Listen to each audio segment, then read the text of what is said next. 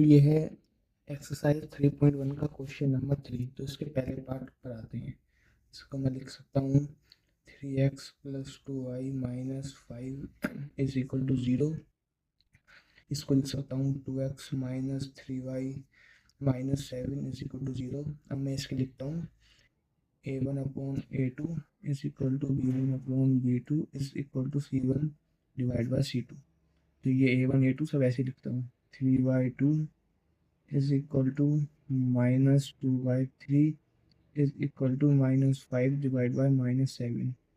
तो ये इसके इक्वल नहीं आ रहा है, नहीं इसके, मतलब ये कैसी लाइन हो गई, ये हो गई इंटरसेक्टिंग लाइन है ये, तो मतलब ये है कंसिस्टेंट, ये हो गई है कंसिस्टेंट लाइन। अब आते हैं इसके दूसरे पार्ट पर। इसमें भी मैं ऐसे ही करूँगा, पहले थोड़ा simplify 3y2x + 5/3y - 7 is equal to 0। 9x - 10y - 14 is equal to 0। अब इसकी मैं ऐसी फॉर्म लिखूँगा 3/2 / 9/1 is equal to 5/3 is equal to -10y1 is equal to -7 / -14 -7 7 7 7 2 14 3 1 3 3 3 9। अब ऊपर जाएगा तो आएगा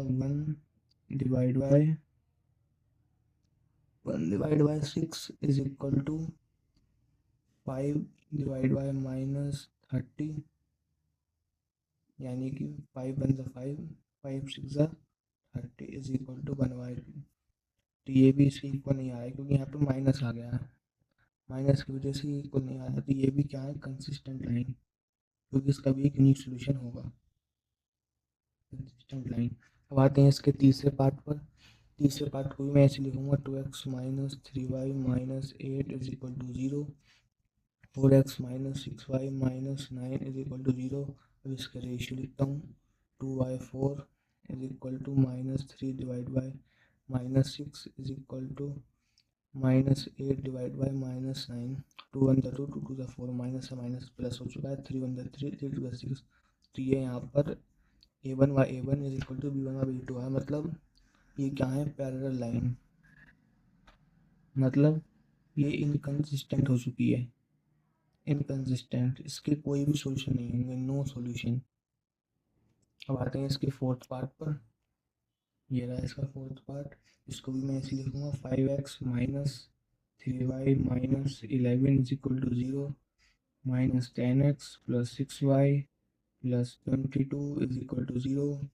अब इसका रेशियो लिखता हूँ -5/10 -3/6 इज इक्वल टू -11/22। ये सबका रेशियो हाफ आ चुका है, ये देख सकते हैं, -1/2 -1/2 -1/2। मतलब ये कैसी लाइन हो चुकी है, ये हो चुकी है मेरी कोइंसिडेंट लाइन, मतलब इसके इनफाइनाइटली मैनी सॉल्यूशन। तो ये कैसी हो गई, ये हो गई मेरी कंसिस्टेंट लाइन, कंसिस्टेंट लाइन। अब आता हूँ इसके लास्ट पार्ट पर, फिफ्थ पार्ट पर।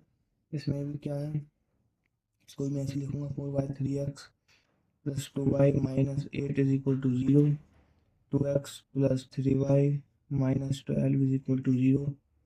4/3 divided by 2/1 is equal to 2/3 is equal to -8 divide by -12। 2 1 2 2 2 4।